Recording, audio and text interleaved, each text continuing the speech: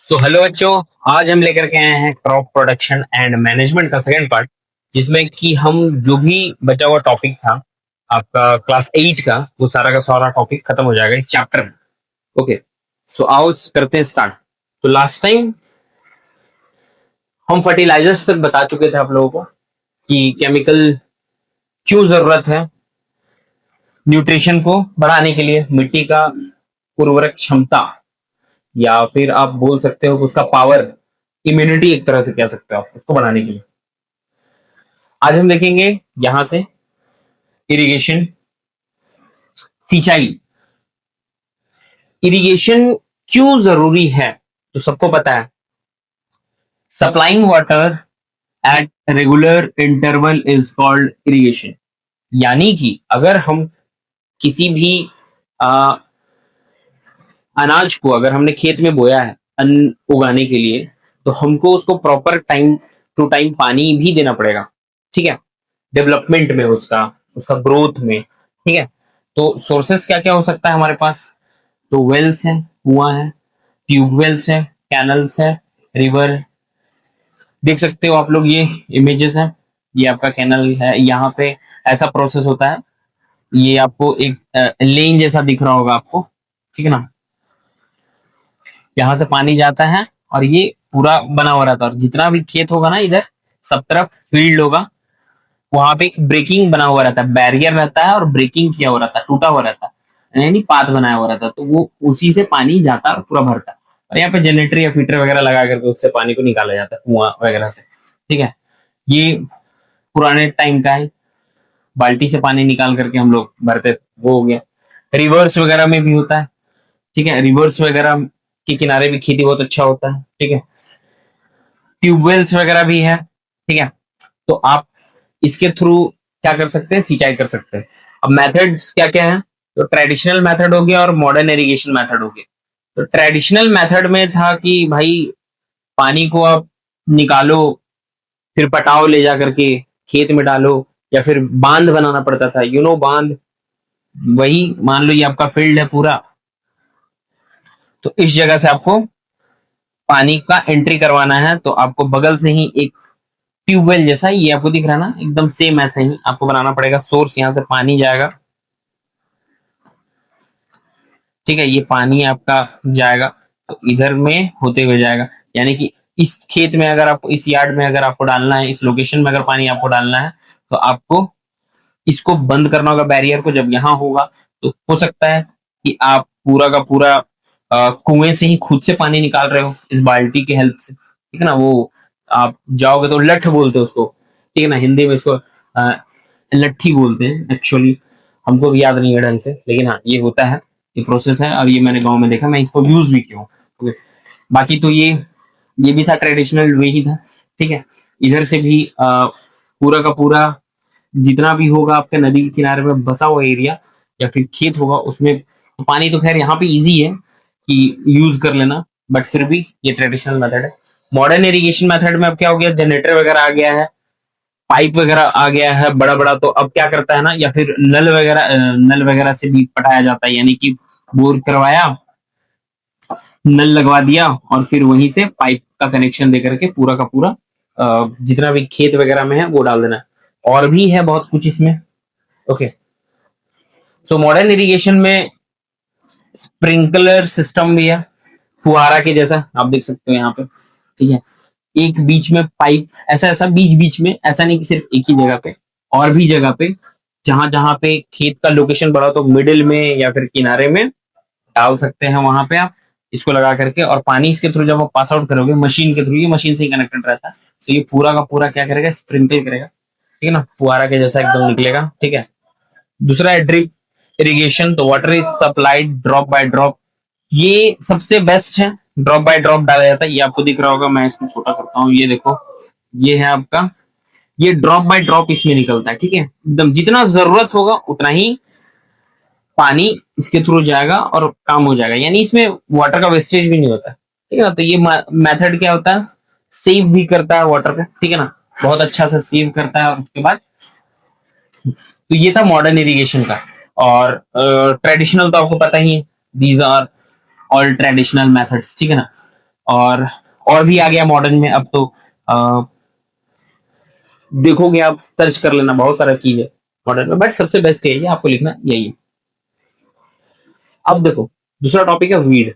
Weed क्या होता है? खरपतवार जिसको बोलते हैं ना, अनवांटेड प्लांट्स जब हमारे खेत में उगाते हैं, जिसको हम उगाना नहीं चाहते हैं बट वो जबरदस्ती का उग जाते हैं, उसको हम क्या बोलते हैं? वीड्स। तो unwanted plants growing with crops are called weeds. ये कहाँ पे जनरली उगेगा? आपकी जो भी आपने जो उगाया है, जो भी आप उगाए हो, व्हीट उगाए हो, इधर आप राइस उगाए हो, उसके बीच में ये मिलेगा, कोई भी हो, मक्का वगैरह हो, तो उसमें आपको क्या मिलेगा? ये सब अनवांटेड वीड्स मिलेगा। देखना ये क्या करता है ना, ये न्यूट्रिशन लेता है किससे? मेन प्लांट से ही लेता है, यानी उसके जो भी आपका आप जो सॉइल में आप बोए हो उससे वो लेगा और वो खुद भी बड़ा होगी। ठीक है, साथ में ही बड़ा होता है। ठीक है, घासेस वगैरह, ग्रासेस हो गया, घास वगैरह हो गया, वाइल्ड प्लांट्स जनरली प्लांट वगैरह, वीड्स कंप्लीट विथ क्रॉप्स। अब देखो ये compete करता है, उगता उसी के साथ है, वाटर भी उसी से लेता है, न्यूट्रिएंट्स भी उसी से लेता है, सनलाइट तो खैर मिलता ही है। ठीक है, सो दे मस्ट बी रिमूव। अब इसको अगर नहीं निकाला जाएगा ना तो क्या करेगा? जैसे होता है ना, आपकी बदला कोई और खाना खा रहा है, सिंपल सी बात, आपको कम मिल रहा है न्यूट्रिशन और आपका जो अनवांटेड वीड है उसको ज्यादा मिल रहा है, तो सिंपल सी बात है आपका ग्रोथ कम होगा, स्लो हो जाएंगे आप थोड़ा। ठीक है, सेम इसी तरह का वीड्स में होता है। अब वीडिंग एक प्रोसेस है, जिस प्रोसेस में हम उस वीड को क्या करते हैं? उखाड़ करके फेंकते हैं, simple. The process of removing weeds is called weeding. ठीक है, मेथड्स क्या क्या है? तो मैनुअली आप हाथ से उखाड़ करके फेंक दो भाई, या फिर कोई टूल से भी निकाल कर फेंको, ये सब हाथ से ही है, मतलब मेथड सब मैनुअल मेथड ये। यूजिंग केमिकल, अच्छा हाँ, केमिकल से भी वो हटता है, बट कुछ कुछ केमिकल्स थोड़ा सा देखना पड़ता है कि ऐसा ना हो कि लगा दिया हो और वो ऐसा ना हो कि प्लांट भी डेड कर जाए। ठीक है, ठीक है, जैसे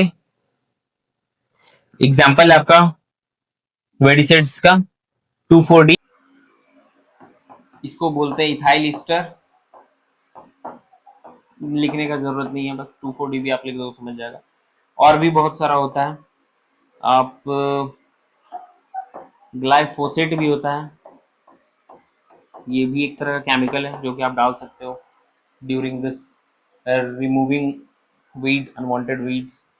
ठीक है, और भी है, तो ये मेनली अब दो याद रख लेना काफी है, एग्जांपल में डाल सकते हो, ग्लाइफोसेट है, GLY, एक सेकंड,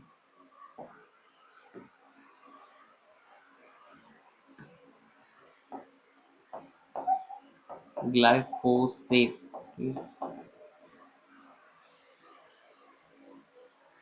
अब देखेंगे हार्वेस्टिंग। अब फसल को बो दिया, उसका सिंचाई अच्छा किया, पानी वगैरह डाल करके मस्त उसको उगाया, अब उसको कटिंग करने का टाइम हो गया, ऐसा थोड़ी आप खेत में ही छोड़ दोगे उसे। हार्वेस्टिंग क्या है? Cutting the crop after it becomes mature is called harvesting, इसको बोलते हैं harvesting. Methods, manual harvesting using sickle, आपको पता हसुआ जिसको बोलते हैं हम लोग, दिस इज योर, ठीक है ना, एक साथ सारे क्रॉप को पकड़ो और चला दो उसको, ये कट जाता था, इसमें धारदार एकदम नुकीला बना हुआ रहता है ऐसे। ये भी आप देख सकते हो, ये थोड़ा जूम कर दो, ये देखो, ये ठीक, इसमें बना हुआ रहता है, ये पूरा एकदम शार्प रहता है और उससे रब करते, एक तरह से रबिंग ही होता है वो, क्योंकि वो जैसा नाइफ वगैरह रहता है वैसा नहीं रहता, इसमें बना हुआ रहता है कुछ इस टाइप का। ठीक है, बहुत तेज रहता है, बहुत शार्प रहता है, वो उसी से हम लोग क्या करते हैं, खींचते हैं ना तो कटता है। ओके,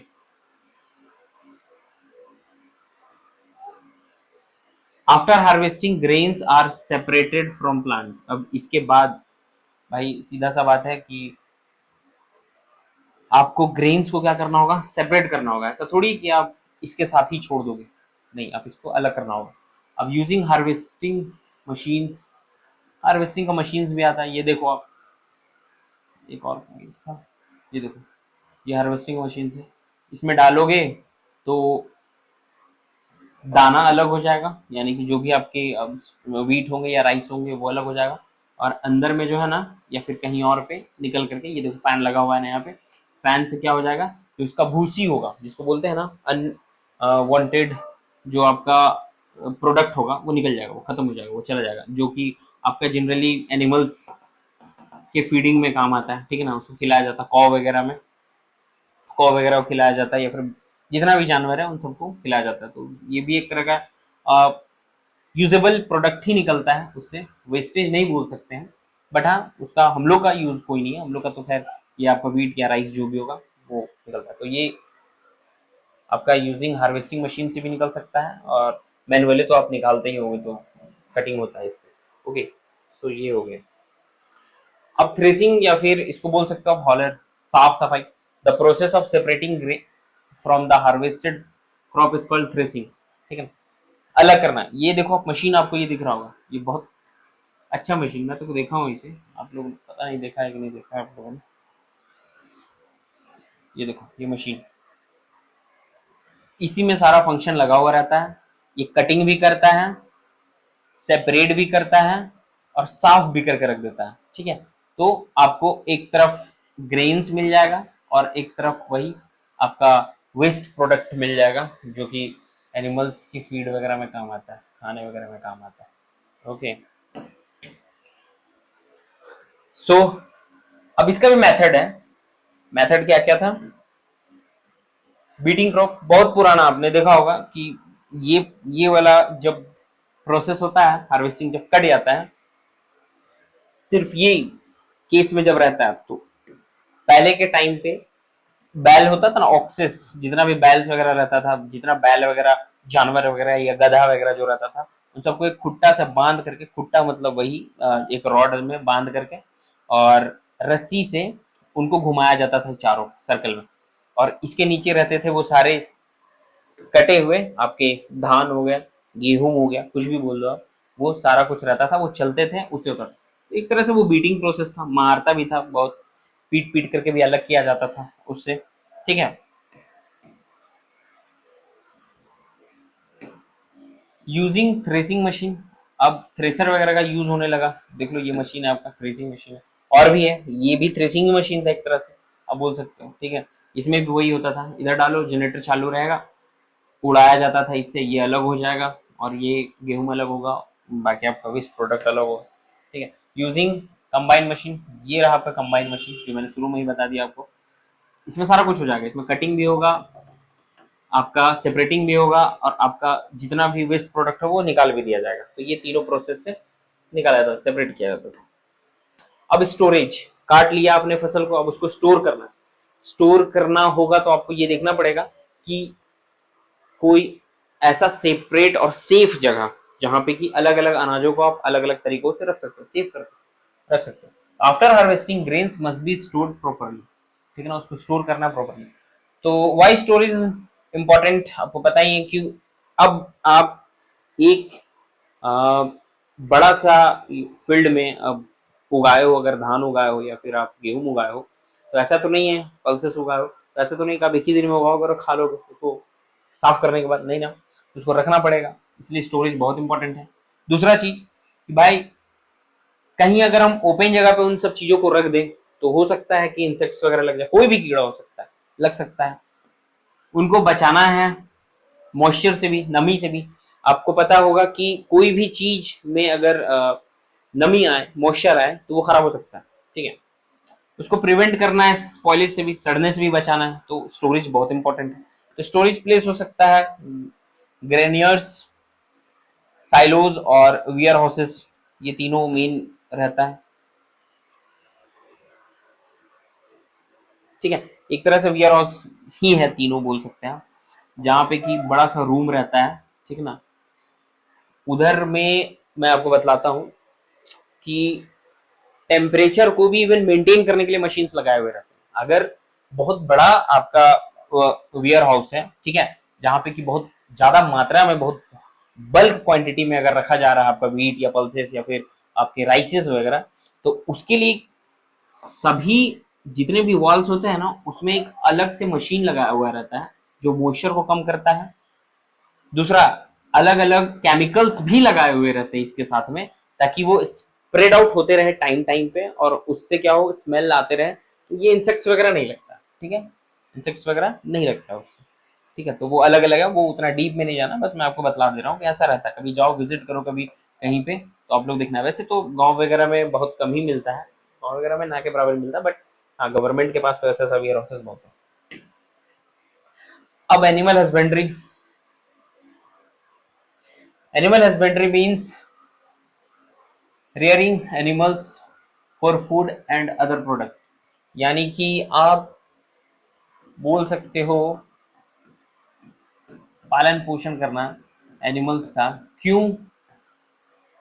या तो दूध निकालने के लिए उससे, उसका डेयरी फार्मिंग के लिए, या पोल्ट्री के लिए, या फिशरीज के लिए, या फिर बी कीपिंग के लिए। इसको आप ऐसे भी कहीं कि ये ऐसे भी लिखा हुआ रहता है, ठीक है, मधुमक्खी वाला, मध के लिए आप देख सकते हो।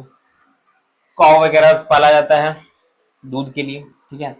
मुर्गी वगैरह जो भी पोल्ट्री फार्मिंग वगैरह होता है वो आपके एग्स वगैरह के लिए होता है। और जो आपका फिशेस वगैरह जो भी होता है ये भी एनिमल्स, जानवर्स का ही रहता है। बी फार्मिंग, हनी बी वगैरह रहता है। तो animal give us milk, egg, meat and honey. So animal husbandry ये भी बहुत जरूरी है, ठीक है ना। नेक्स्ट है conclusion. Conclusion, agriculture is a very important for a human life, बहुत जरूरी है। बट आपको एक चीज पता होना चाहिए कि हर लोग नहीं करते हैं, ठीक है ना। जैसे जैसे हम मॉडर्न होते जा रहे हैं, मॉडर्नाइज्ड होते जा रहे हैं कि भाई अब हमको पढ़ लिख करके हम डॉक्टर, आईएएस, आईपीएस या फिर टीचर ही बनेंगे। तो इस चक्कर में क्या हो रहा है ना, ये रेट इसका गिर रहा है, ठीक है ना। सो एग्रीकल्चर का रेट गिर रहा है, ऐसा नहीं है कि उड़ रहा है, ठीक है। लेकिन आपको पता होना चाहिए कि कंट्री का लगभग 70 से 75% लोग आज भी किसानी फार्मिंग करता है, यानी किसान है और खेती करता है। Farmer works hard to produce food for us. Farmers जो किसान होते हैं वो बहुत ज्यादा मेहनत करते हैं, ऑब्वियसली भाई आपको पता होगा इतना सारा प्रोसेस से गुजर करके आप आए हो, ठीक है। तो ऐसे ही नहीं पहुंचे कंक्लूजन तक, ठीक है ना, ये इंपॉर्टेंट है, तभी आप यहाँ तक पहुंच पाए। आप और हम अगर कुछ खा रहे हैं आज, इतना आराम से मिल जा रहा है हम लोगों को वो चीज़ें, तो बहुत लकी है, ठीक है, बहुत ब्लेस्ड हैं आप कि आपकी कंट्री में ऐसे लोग हैं, फार्मर्स हैं, ठीक है। और इनको कभी भी मतलब ऐसा होता है ना, मूवीज वगैरह में दिखाया जाता है कि भाई फार्मर्स जो होते हैं वो बड़ी अत्याचार होता है उनके ऊपर, और ये बात सही भी है। आपको नहीं पता होगा कि एक किसान को करीब मेहनत का उसका समझ लो कि फल नहीं मिलता उसको, मेहनत का उसको पैसा नहीं मिलता, फल पैसा हो गया उसके लिए। अगर वो उगा रहा है ना, अगर वो 20 टन अगर आज उगाया है, मान लो उसका खेती से अगर 20 टन उगा है, तो अगर वो मार्केट में लेकर के जाएगा ना, मान लो कि 1 टन वो 1 साल के लिए रखेगा अपना खाने के लिए, बाकी का अगर वो 19 टन को ले जाएगा ना बेचने के लिए, तो मार्केट में ऐसे ऐसे लोग जिसको बोलते हैं व्यापारी लोग मिलेंगे आपको कि वो इस रेट में खरीदेगा ही। मान लो कि अभी मार्केट में अगर जो भी प्राइस आपका चल रहा होगा 28, 29, ये तो सपोज गवर्नमेंट इतना रुपीज में उठाता है, ठीक है ना, ये गवर्नमेंट का प्राइस है, ठीक है ना। लगभग, मैं हो सकता है मैं गलत हूँ, बट लगभग मैं अभी तक जितना तक सुना हूँ तो इतना मेरे को पता है कि 25 से 30 के बीच में ही रहता है उन लोगों का प्राइस, ठीक है। और मेहनत कितना लगता है उसका कोई हिसाब किताब नहीं है, कितना बर्बाद हो जाता है, कितना किसान रात रात भर जग करके देखता है, क्या चीज से धूप, बरसात, हर मौसम में वो बेचारा खड़ा रहता है, और उसको मिलता सिर्फ क्या है, बस कुछ पैसे, जिसके वजह से भाई वो ये सोचता है कि आगे फिर से अगले बार करना है। तो बड़ी खराब स्थिति हो गया है, इसमें गवर्नमेंट को थोड़ा सा ध्यान देना पड़ेगा, ठीक है। क्योंकि भाई आपको पता है कि अगर आप अच्छा उगा नहीं पाओगे तो आप खा नहीं पाओगे, फिर वही चाइनीज चीज खाओ, ठीक है, खा ही रहे हो, ऐसा तो नहीं।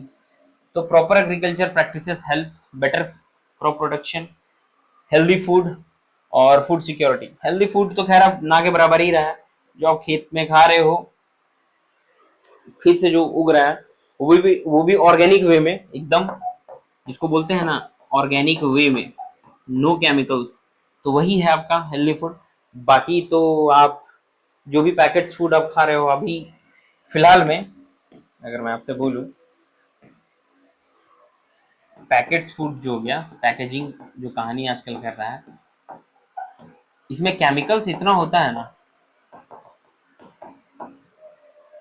कि बस आप कुछ समय, ज्यादा नहीं, कुछ समय पहले ह्यूमन लाइफ का स्पैम कितना था, पहले के लोग जीते थे कितना, कम से कम 90 टू 95, ठीक है, ये मैं ज्यादा नहीं, ये 80s का ही बात बता रहा हूँ, ठीक है, उस टाइम तक लोग थे। 90s के लोग कम हो गया थोड़ा सा लाइफ स्पैम उन लोगों का, लगभग उन लोग अब जीते हैं भाई 70 तक आते हैं, 70 ईयर्स तक आएंगे, और ये हो गए हम लोग 20s वाले, ठीक है ना, हम लोग ज्यादा से ज्यादा 50 से 60, ये भी बहुत ज्यादा बोल दी, क्योंकि इतना कुछ हम अपने बॉडी में इनटेक कर रहे हैं ना, डाल रहे हैं ना अंदर में, कि भाई उसका कोई हिसाबी किताब नहीं है, ठीक है, क्योंकि प्योर कोई चीज तो रहा नहीं, इंसान ही का बनाया हुआ चीज इंसान के लिए बड़ी खतरनाक हो गया।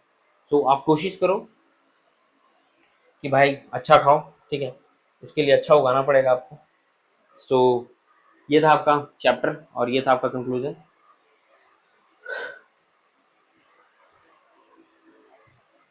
Thank you. तो लास्ट में बस यही बोलूंगा कि अच्छे से रहो, अच्छा खाओ, मस्त रहो, ठीक है, जितना हो सके केमिकल फ्री चीजें यूज करो। थैंक यू, मिलते हैं नेक्स्ट चैप्टर में, बाय बाय।